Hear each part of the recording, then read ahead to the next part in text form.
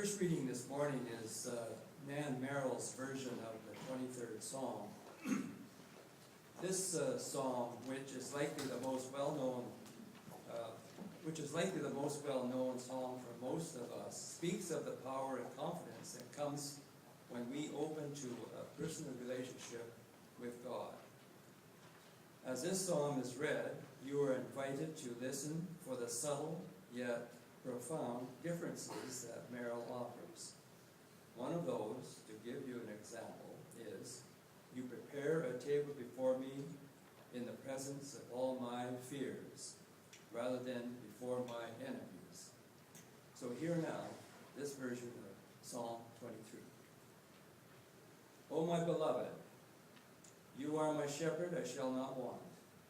You bring me to green pastures for rest, and lead me beside still waters, renewing my spirit. You restore my soul. You lead me in the path of goodness to follow love's way. Even though I walk through the valley of the shadow and of death, I am not afraid. For you are ever with me.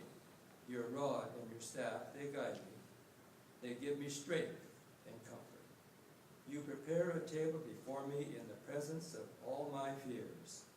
You bless me with oil, my cup overflows. Surely goodness and compassion will follow me all the days of my life, and I shall dwell in the heart of the beloved forever.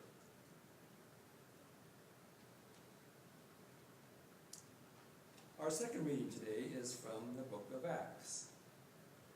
This is the story of Tabitha, a version of which you just heard told to the children. This is a significant story in the life of the early church, and yet it is not a very familiar story in our worship life. What is most striking about this story is that Peter is reported to have the same powers as Jesus by raising Tabitha from death, just as Jesus had done for Lazarus in John's Gospel. One of the questions then becomes, how do we understand the nature of Jesus if Peter is also able to perform healings and miracles? And how then are we to understand our own ability to heal others and ourselves? Hear now the story from Acts 9, verses 36 to 43. Now in Joppa there was a disciple whose name was Tabitha, which in Greek is Dorcas. She was devoted to good works and acts of charity. At that time she became ill and died. When they washed her, they laid her in a room upstairs. Since Lydda was near Joppa, the disciples who heard that Peter was there sent 2 men to him with the request, Please come to us without delay. Please come to us without delay. So Peter got up and went with them. And when he arrived, they took him to the room upstairs.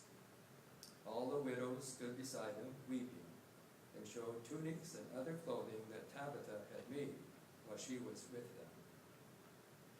Peter put all of them outside, and then he knelt down and prayed. He turned to the body and said, Tabitha, get up. Then she opened her eyes, and seeing Peter, she sat up. He gave her his hand and helped her up. Then, calling the saints and widows, he showed her to be alive. This became known throughout Joppa, and many believed in the Lord. Meanwhile, he stayed in Joppa for some time with a certain Simon, a tanner. Hear what the Spirit is saying to the church. Thanks be to God.